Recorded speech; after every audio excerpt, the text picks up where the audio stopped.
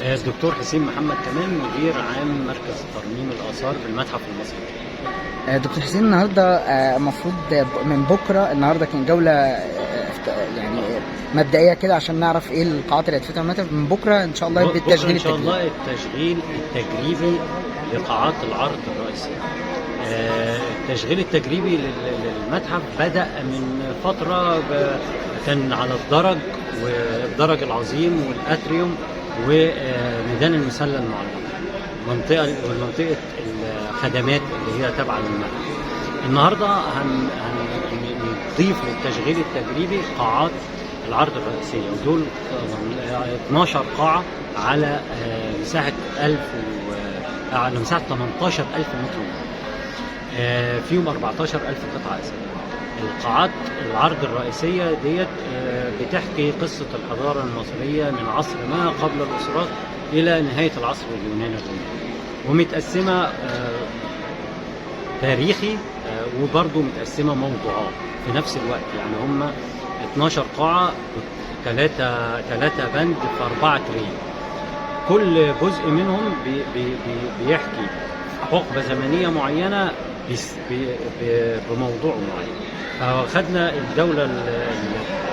العصر اليوناني الروماني ب3 موضوعات، الدولة الحديثة ب3 موضوعات، الدولة الوسطى ب3 موضوعات.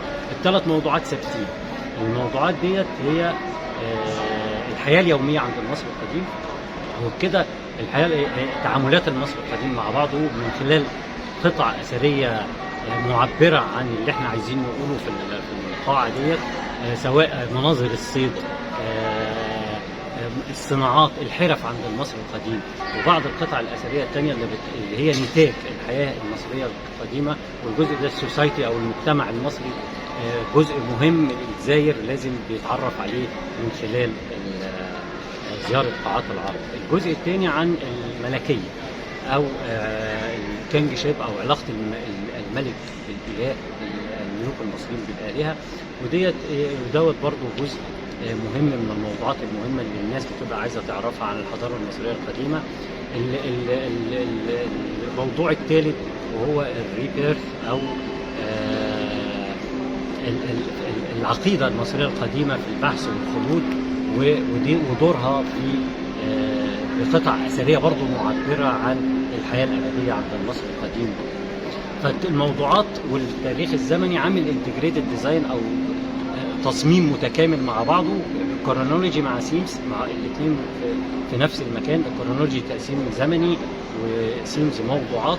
وكمان عندنا قاعات عرض مؤقته هيتم استغلالها في المستقبل بعد الافتتاح، لو في موضوعات متخصصه قوي في الحضاره المصريه القديمه زي الطب في مصر القديمه، الهندسه في مصر القديمه، موضوعات بعينها ممكن عاملين لها حساب في ان يبقى في قاعات عرض مؤقته هيتم تشغيلها بعد الافتتاح ان شاء الله. اللي خارج بره التشغيل التجريبي دلوقتي قاعات الملك توت عنخ آمون ومتحف مراكب الملك خوفو. الاثنين دول هيبقوا ان شاء الله مع الافتتاح الرسمي للمتحف، ولكن احنا عملنا التشغيل التجريبي لقاعات العرض الرئيسيه دوت على الوقوف على بعض النقط في مع المشغل في عدد الزائرين، في الكباسيتي بتاع القاعه، في التور جوه القاعه. وديت نقط مهمه جدا لازم نعرفها. هنبدا باعداد صغيره الاول، وبعد كده اللي هي بنسميها جولات ارشاديه، هتزيد العدد تدريجيا لحد ما نقدر في بعض الامور وبعض النقاط نقف عليها. كل حاجه هنا مدروسه بشكل جيد جدا، بحيث ان المتحف المصري الكبير هو مشروع قومي مصري، مشروع ثقافي عالمي، فكل حاجه بناخدها خطوه خطوه وبتبقى مدروسه ان شاء الله. تمام.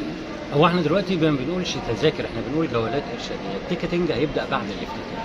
الجولات الارشاديه دي ليها اسعار، الاسعار الثانيه بتاع التيكت ديت هتدرس في مجلس اداره المتحف المصري الكبير قبل الافتتاح. لكن المقرر دلوقتي ان هو للمصري 200 جنيه،